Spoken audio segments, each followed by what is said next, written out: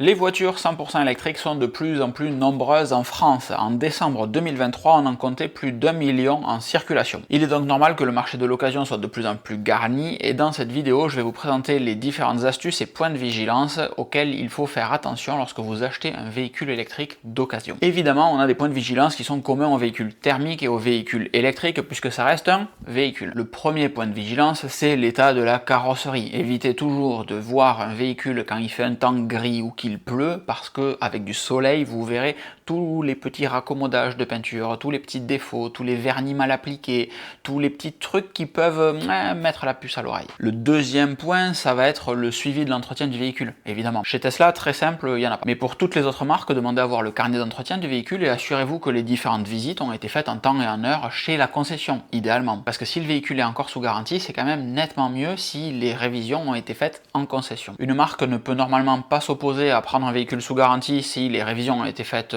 hors de son réseau, mais en fait on se rend compte qu'il peut falloir batailler, discuter et dans certains cas extrêmes aller au procès, et si on peut éviter ça c'est quand même mieux. Le troisième point, c'est le contrôle du kilométrage. C'est pas toujours évident à vérifier, mais il y a quand même certains indices qui peuvent mettre la puce à l'oreille ou pas. Si votre véhicule a plus de 4 ans, il doit avoir fait un contrôle technique, ça aussi c'est commun. Vous pouvez aussi vérifier les différences de kilométrage entre les différentes visites qu'a réalisé le véhicule pour faire ses différentes révisions et le kilométrage affiché au compteur ou le contrôle technique. Vous pouvez aussi regarder les différents types de pièces qui ont dû être remplacées. Par exemple, remplacer des disques de frein sur un véhicule qui a 60 000 bornes, c'est très suspect. Après, il y a des points de vigilance qui sont propres aux véhicules électriques, évidemment, et c'est pour ça que vous êtes là. Le nerf de la guerre, c'est la batterie. C'est ce qui représente le plus gros du budget d'un véhicule électrique. Évidemment, une batterie n'arrête pas de fonctionner après un certain nombre de cycles, mais petit à petit, sa performance va décroître. Le quatrième point de contrôle, c'est donc ce qu'on appelle le SOH, State of the Health, l'état de santé de la batterie. C'est très rarement indiqué dans le véhicule,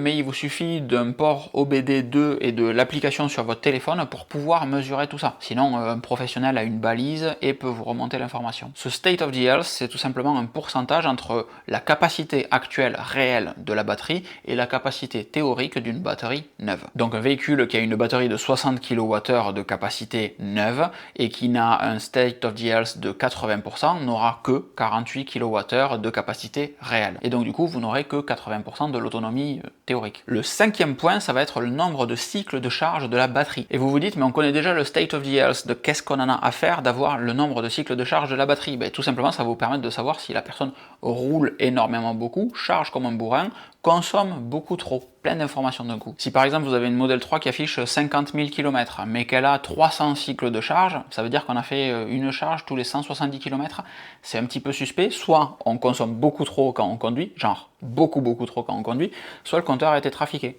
À vous de voir, mais dans tous les cas, il y a un truc pas clair. Le nombre de cycles de charge peut être intéressant pour savoir s'il y a un rappel de batterie ou un remplacement prévu de la batterie. Hyundai a par exemple fait un rappel de masse de toutes les batteries sur les Kona. Ce rappel s'est étalé dans la durée et il est encore en cours aujourd'hui. Donc vous pouvez très bien acheter une Kona avec très peu de cycles de batterie, tout simplement parce que la batterie a été remplacée il n'y a pas longtemps. Et après, c'est toujours pareil aussi, il y a des points de vigilance en fonction du conducteur du véhicule. Traditionnellement, on conseille d'avoir un véhicule de première main, c'est-à-dire que quelqu'un l'a acheté, sorti du garage et vendu ensuite, comme si vous achetiez ma Tesla Model 3 par exemple. Je l'ai acheté neuve, je vous la revends ensuite, ce qui pourrait peut-être arriver. Mais si vous avez un gros bourrin en tant qu'acheteur neuf du véhicule, je suis pas sûr que ça soit très pertinent. Il vaut mieux avoir eu 3 couples de petits vieux par exemple qui ont pris soin du véhicule, qui l'ont entretenu en concession, qui n'ont pas roulé très fort avec, ni beaucoup peut-être, et qui vous revendent le véhicule.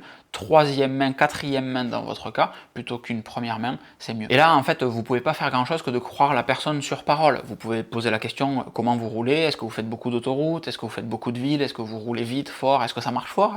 Avec des questions un petit peu détournées comme ça. Vous pouvez aussi tout simplement essayer de regarder la consommation moyenne sur les dernières semaines / mois du véhicule. Ça vous permettra de savoir à quel point la personne appuie fort sur le champignon. Si vous avez une vitesse moyenne faible et une consommation faible, c'est peut-être que la personne roule tranquillement en ville dans les bouchons l'immense majorité du temps. Une vitesse moyenne faible et une consommation élevée va vous indiquer que la personne conduit sûrement nerveusement. Et une vitesse moyenne élevée et une consommation moyenne voire faible entre guillemets, ça sera sûrement quelqu'un qui fait de l'autoroute. Et ça nous amène au 7e point de cette vidéo, c'est de savoir si la personne a fait fait des longs trajets et comment elle a rechargé sa voiture. On a déjà fait une vidéo dédiée sur les différents types de recharge de votre véhicule électrique et donc maintenant vous savez que plus on utilise de la recharge rapide, très rapide, ultra rapide, poète super plus rapide, plus vous allez abîmer votre batterie. Quelqu'un qui fait beaucoup d'autoroute va utiliser beaucoup un réseau de superchargeurs, quelle que soit la marque, et donc vraisemblablement abîmer davantage sa batterie que quelqu'un qui va recharger un tout petit peu sur une prise électrique classique tous les soirs. Là, comme pour le type de conduite, vous ne pouvez que poser la question à la personne en face de vous de savoir si elle connaît les réseaux de superchargeurs, si elle les utilise, à quelle fréquence,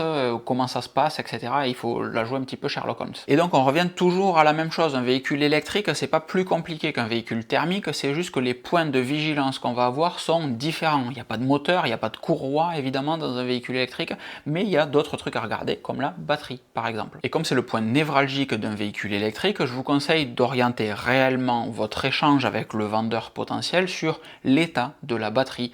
Combien de cycles elle a, quel est son état de santé, comment est-ce que la personne recharge le véhicule. Concentrez-vous sur des véhicules qui ont l'état de santé de batterie le plus élevé, un faible nombre de cycles de charge et idéalement une batterie toujours sous garantie. Mais ce qui est super cool sur ce type de vidéo, c'est de partager avec la communauté de Tesla Thérapie vos expériences, vos réactions à ce type de contenu. Est-ce que vous avez acheté un véhicule électrique? Est-ce que vous prévoyez de vendre votre véhicule électrique? Qu'est-ce que ça vous évoque? Est-ce que vous avez des pièges à éviter qu'on a oublié dans cette vidéo? Mettez tout ça dans les commentaires, histoire que ça enrichisse un petit peu le débat. Et si vous avez un pote à vous qui cherche un véhicule électrique en ce moment, je pense que ça peut être une très bonne action que de lui partager cette vidéo. Il me reste juste à vous souhaiter une excellente fin de journée. Merci à toutes et tous d'avoir regardé cette vidéo. Abonnez-vous si ce n'est pas déjà fait et à très vite. Ciao ciao.